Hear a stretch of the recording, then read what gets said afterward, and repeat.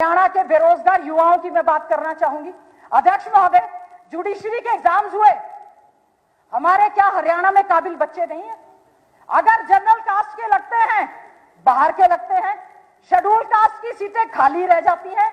HPSC की sir, Haryana public service commission होता है selection body, staff selection commission होता है सिलेक्शन बॉडी, लेकिन आज हरियाणा में यह बोर्ड हो गया है रिजेक्शन बॉडी। एक 613 पोस्ट निकली असिस्टेंट प्रोफेसर इंग्लिश की। उपाध्यक्ष महोदय, 151 बच्चे, नेट, जेआरएफ, पीएचडी, सबके सब क्वालिफाइड, आप उनको नॉन फाउंड सुटेबल कर देते हैं। मंत्री जी बैठे, उनका विभाग है, मेज थपथपाते हैं सीडीएसई पे। कर दिया, कोई बात नहीं, अच्छा कर दिया, हक तो देते, खत्म करेंगे रिजर्वेशन। लिख लो, आपकी साजिश है। बाबा साहेब भीमराव अंबेडकर का जो रिजर्वेशन दिया है उसको खत्म करने की यह साजिश रची जा रही है। उस 613 में से 151 बच्चे सेलेक्ट हुए, एक एससी, एक डीएससी, 150 सीटें थी। शर्म आनी चाहिए। क्या हमारा हरियाणा का युवा इतना नाकामयाब हो गया? क्या इतना नालायक हो गया?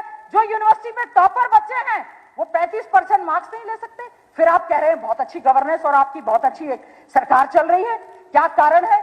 हमारा युवा, बेरोजगार पढ़ा लिखा युवा डंकी रूट से दूसरे देशों में पलायन कर रहा है, और जब उनको देश में लाया जाता है हमें बहुत दुख हुआ। हमारे हरियाणा के बच्चों को हाथों में बेड़ियां लगाकर, पैरों में बेड़ियां, हाथों में हथकड़ियां लगाकर, जब हमारा युवा जो अपनी सारी की सारी जमीन बेचकर अपने बूढ़े मां बाप को प्रदेश में छोड़कर रोजगार के लिए गया था, और जब उनके हाथों में हथकड़ियां लगाई गई और उनको लेकर आया गया, हमें बहुत दुख हुआ। क्या कारण है? ऐसा हरियाणा में माहौल नहीं है। हमारा पढ़ा लिखा युवा हरियाणा में नौकरी नहीं दे रहे आप उसको। बेरोजगारी बढ़ रही है, वैकेंसीज खाली पड़ी है, नौकरी देंगे तो कच्ची देंगे, कॉन्ट्रैक्ट पे देंगे, एचकेआरएम के तहत देने का काम करेंगे। क्या युवा को पूरी तनख्वाह मजदूरी लेने का भी हक नहीं है? क्या कारण है? आप इवेंट मैनेजमेंट पे तो, प्रचार पर तो बहुत पैसा खर्च करते हैं। क्या कारण है? युवाओं को तनख्वाह नहीं आप दे रहे हैं, धक्के खा रहे हैं लोग, हमारे युवा बुरी तरह से। और हमारा दलित समाज इस समय अपने आप को बहुत ज्यादा प्रताड़ित महसूस करता है। क्या आप एनसीआरबी के आंकड़े उठाएंगे?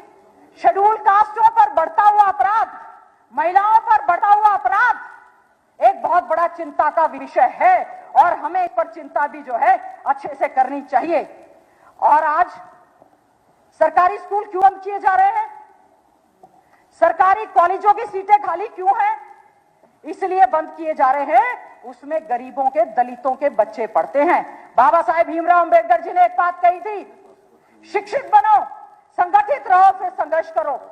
राइट टू एजुकेशन एक्ट अगर कोई लेकर आया तो कांग्रेस पार्टी की सरकार लेकर आई, और शिक्षा का बट्टा बिठाने का अगर किसी ने काम किया, इसी बीजेपी की सरकार ने यहां पर करने का काम किया है।